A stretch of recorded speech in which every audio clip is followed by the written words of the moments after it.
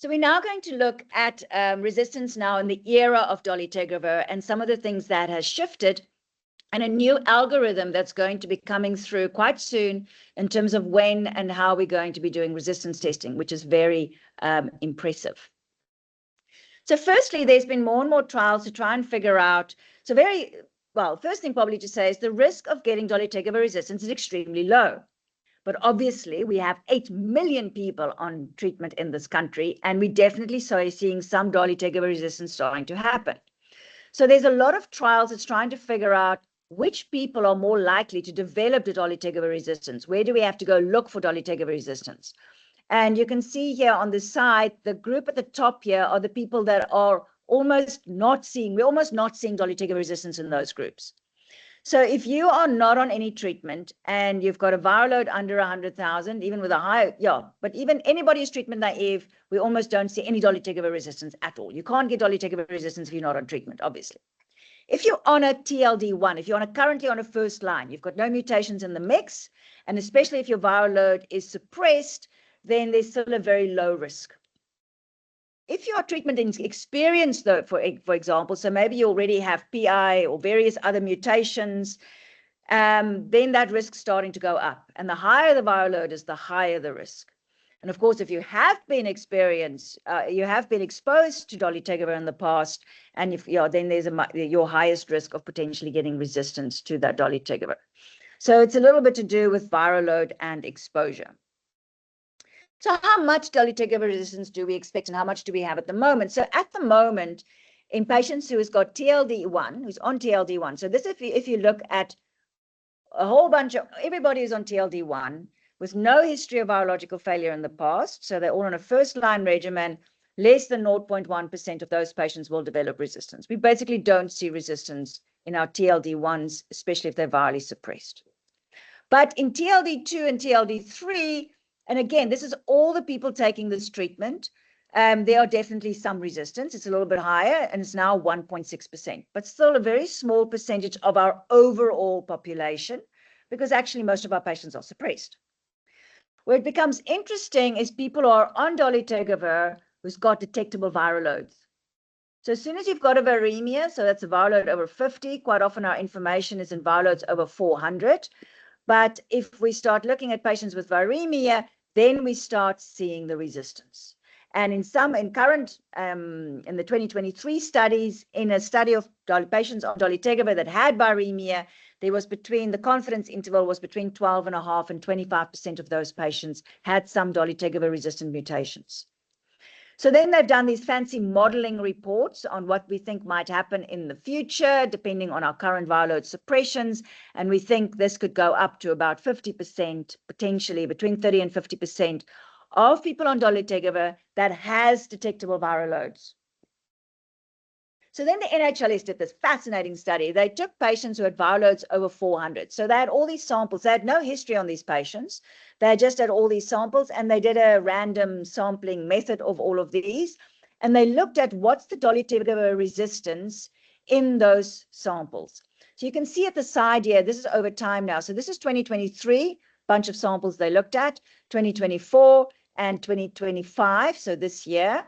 And you can see in the sample that they've looked at, we are seeing a larger and larger percentage of people with dolutegravir resistance in those samples. And important here, we don't know how long they've been on dolutegravir. We don't know anything about their history. And again, these are only the ones that's got viral loads that's up. What they then also did in a small study is testing dolutegravir levels, and they make such great discoveries in research. What they've discovered is that if you take your ARVs, then your viral load is suppressed. So wonderful that we have this confirmed again. And if you don't take your ARVs, so if we don't find ARVs in the system, then actually you're going to have a viral load over 1,000. So they were using this dolutegravir as a way to start getting an idea of this relationship between the viremia and their ARVs taking. So then they did a study. So remember, there's not that many patients with dolutegravir resistance. So they then had an interesting study where they looked at 13 people who had dolutegravir resistance. They then went and actually got consent and then took proper histories of these 13 people, and I think it was in 2 different facilities, to try and figure out, can we start figuring out predictive factors? So if we want to say, should we do a resistance test on, what kind of factors is going to give us a clue on this? And actually, they found sex, age, regimen, duration of treatment, total R duration, all of that was not particularly helpful. But 10 of the patients with resistance had been on treatment for less than 2 years, so that's very important. 3 had resistance with a viral load between 50 and 1,000, and 3 of those had actually high level of resistance. So these 13 patients, the way they picked these patients up was all patients who had viral load over 400, because otherwise you can't even do a resistance test. And so the next thing they then looked at is this relationship between detectable plasma dolutegravir. So the dolutegravir level test that they do tells you whether there is dolutegravir in the system or whether there's not dolutegravir in the system. And it shows you how well you've taken your treatment in the last 7 days. So it's not a perfect test. If you've got a patient who's going, oh, I'm going to the clinic, I better take all my ARVs, it might not show up. But it does give us some clue. But what was useful about this, which they've noticed, is that if you've got a viral load of over 400, and there's definitely ARVs in your system, that's highly predictive of possible dolutegravir resistance. So there's a 4 times higher risk that somebody like that in that combination actually has resistance. And if you've got several times where you've noticed this detectable dolutegravir with a high viral load, then that risk becomes very high. But the interesting bit is that if they have all of those people who had a viral load over 400 and where the detected dolutegravir level was undetectable, only 3.3% in that whole group actually had any resistant mutations. So they've actually noticed that actually an undetectable level of dolutegravir is a good negative predictive value of resistance. So it's like we said earlier, if they're not taking their ARVs, there's no point in doing a resistance test. And so quite often what's been happening is when we're doing resistance tests and then you get back, oh, it's all susceptible, all we've actually done is we've done an extremely expensive adherence test. So the new proposed reflex testing that's come from this study, and this is from the Knowledgehub slides, very recent September was this presentation, this is the plan.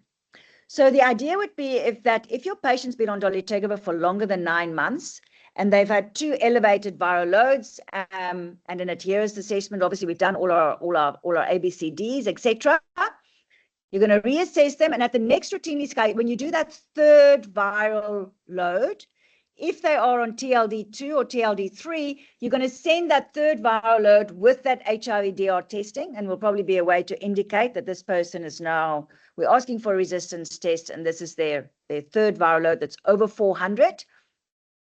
What the laboratory then will do is they'll do that 3rd viral load test. If it's over 1,000, then they're going to do a drug level test. Oh, that's true. Sorry, they're using viral load of 1,000 as a threshold. Then they'll do the drug level test. If the drug levels is detected, then they'll do the drug resistance test. So that just means is that we can go much earlier, send for resistance testing, and the lab will figure out on who it's worthwhile to spend the money. So then when they did a lovely study to see how this will all work, they looked at 239 eligible samples that were sent in.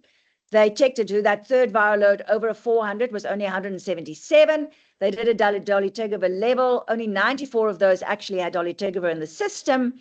And so they only did and they only ended up doing 39% of drug level resistance testing. So this will come once the NHLS is ready. We will have the system where we're going to work with them to use dolutegravir levels to decide who gets the resistance test. So the Western Cape already changed their guideline last year, and those of you going to the Western Cape might be aware of this. And you can see it's based on the same principle. At that stage, they didn't have access to this drug exposure yet, but you can see it's based on the same thing. If the viral load is over 50, we're going to do all our ABCD assessments.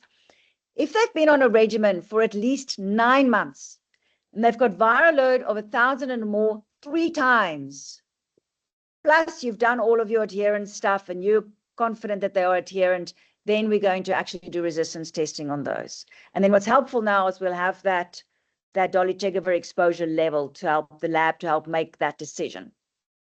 So this is not yet the guideline nationally, but we're expecting this to come out very soon.